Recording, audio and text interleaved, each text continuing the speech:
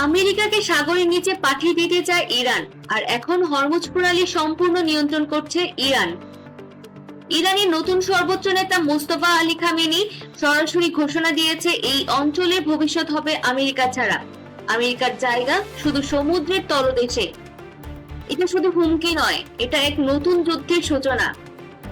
ঘটনাটি ঘটেছে Persian golf ডেতে, একটা প্রতীকী দিন, কিন্তু এবার সেটা হয়ে উঠেছে রাজনৈতিক বিস্ফোরণ। মোস্তফা খামেনি বলেছেন হরমুজ প্রণালী এখন নতুন অধ্যায়ে ঢুকছে এবং এর ম্যানেজমেন্ট থাকবে ইরানের হাতে। মানে বিশ্বে 20% তেলের পথ এখন সরাসরি ইরান নিয়ন্ত্রণ করবে।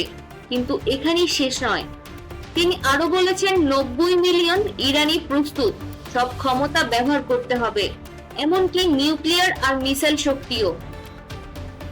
আর সবচেয়ে অবাক করা তথ্য, খামেনি এখনো জনসম্মুখে আসেনি, কোনো ভিডিওতে তার উপস্থিতি নেই।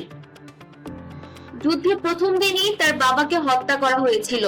এখন ইরান সরাসরি গলফ দেশগুলোকে সতর্ক করছে, আমেরিকার সাথে থাকলে তোমাদেরও পড়তে হবে দুর্বল পরিস্থিতিতে। সবাইকে একটা সিদ্ধান্ত নিতে হবে। মানে সৌদি আরব, সংযুক্ত আরব আমিরাত, কাতার, আমেরিকা নাকি ইরানকে বেছে নিবে।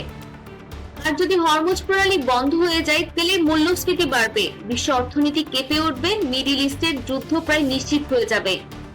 এই একটি স্ট্রেট দিয়ে প্রতিদিন 20 মিলিয়ন ব্যারেল তেল যায়। যদি ইরান নিয়ন্ত্রণ নেয়, চীনা লাভবান হতে পারে, রাশিয়া আরো শক্তিশালী হবে, আর আমেরিকা চাপের মধ্যে পড়ে যাবে। কিন্তু সবচেয়ে বড় প্রশ্ন, কেন এখন? আন্তর্জাতিক সূত্র বলছে ইরান ইতোমধ্যে গোপনে তাদের নৌবাহিনী বাড়িয়েছে। হরমুজ প্রণালীর আশেপাশে মিসাইল ডিপ্লয়মেন্ট বাড়ানো হয়েছে। আরো চমকপ্রদ তথ্য হলো কিছু গলফ দেশ বর্তমানে যুক্তরাষ্ট্রের উপস্থিতি এড়িয়ে চলছে। একটা প্রশ্ন এখন পুরো বিশ্বের সামনে, হরমুজ কি হয়ে যাবে নতুন যুদ্ধের ট্রিগার পয়েন্ট, নাকি এটা শুধু পাওয়ার গেইন?